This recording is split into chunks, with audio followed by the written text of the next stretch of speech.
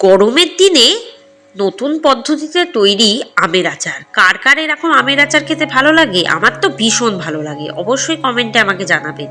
অনেকদিন স্টোর করেও রাখতে পারবেন। আমার রেসিপির মতো একবার বানান, বারবার বানিয়ে খেতে ইচ্ছা হবে। নমস্কার বন্ধুরা, মাই সিম্পল লাইফস্টাইল ব্লগে স্বাগত জানাই। দেখে নিন আজকের রেসিপিটি মনোযোগ সহকারে। প্রথমে কড়াইতে দিয়ে দেবো 3টে শুকনো লঙ্কা, 1 টেবিল চামচ জিরে গুঁড়ো,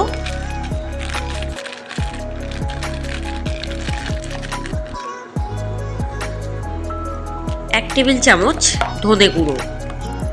এটাকে আমি শুকনো খোলায় ভেজে নেব। আমি গুঁড়ো ইউজ করছি, কোনো রকম গোটা ব্যবহার করছি না। এটাকে শুকনো খোলায় খুব ভালো মতো ভেজে নিতে হবে। আঁচটাকে একদম কমিয়ে রেখে ভালোভাবে এটাকে শুকনো খোলায় ভাজা ভাজা করে নিতে হবে। তারপর মশলাটাকে কিন্তু অবশ্যই মিক্সারে ভালোভাবে গুঁড়িয়ে নিতে পারেন, বা অবশ্যই শিলনোড়া থাকলে তাতেও গুঁড়াতে পারেন। এটা যত ভালোভাবে পুড়বে তত তার ভালো স্বাদ আসবে। তাই খুব ভালোভাবে এটাকে অনেকক্ষণ ধরে, প্রায় 15 থেকে 20 মিনিট ধরে এটাকে পোড়াতে হবে। এরপর একটা মিক্সারের বাটিতে আমি কিন্তু ঢেলে দেবো।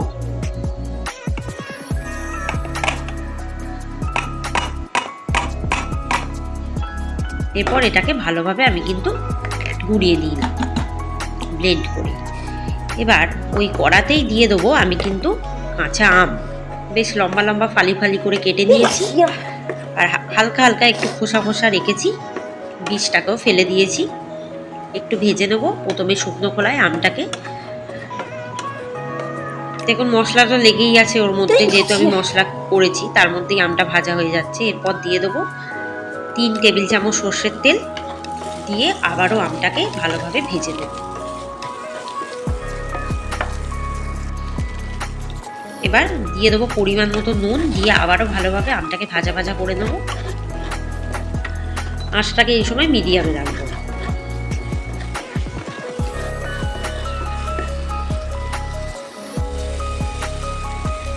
দিয়ে দেবো 1 টেবিল চামচ চাট মশলা, দিয়ে আবারও এটাকে ভাজা ভাজা করে দেবো। যত ভালোভাবে ভাজা ভাজা করা হবে তত আমের টেস্ট বাড়বে। দেখুন আমটা ভাজতে ভাজতে বেশ কালারটা চেঞ্জ হয়ে গেছে। এরপর দিয়ে দেবো ওই গুঁড়ো মশলাটা, যার মধ্যে আছে জিরে, ধনে আর শুকনো লঙ্কা।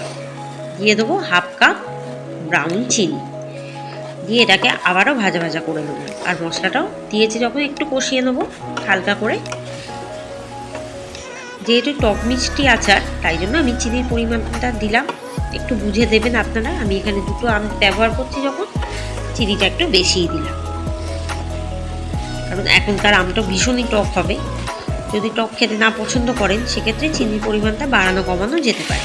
এরপর দিয়ে দেবো 1/2 কাপ জল, দিয়ে এবার মশলাটার সাথে মিশিয়ে দেবো আমটা,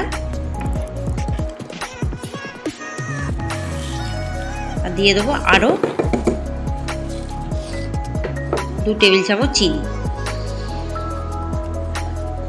এবার দিয়ে দেবো 1 টেবিল চামচ হলুদ, যখন দেখবো ফুটছে চাটনিটা।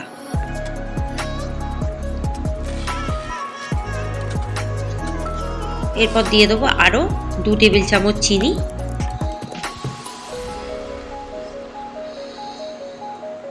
এরপর দিয়ে দেবো আরও 3 টেবিল চামচ সর্ষের তেল। দেখুন আমটা কিন্তু প্রায় সিদ্ধ হয়েই গেছে। এবার কিছুক্ষণের জন্য ঢাকা দিয়ে রাখবো। কিছুক্ষণ পর ঢাকাটা খুলবো। এবার একটু মাখা মাখা করতে হবে, আর আমটা কিন্তু প্রায় সিদ্ধ হয়ে গেছে। এবার গ্যাসের ফ্লেমটাকে বা আঁচটাকে বাড়িয়ে দেবো আমি, বা ইন্ডাকশান হলে সেটাকেও বাড়িয়ে দিতে পারে। আঁচটাকে একদম বাড়িয়ে দেবো।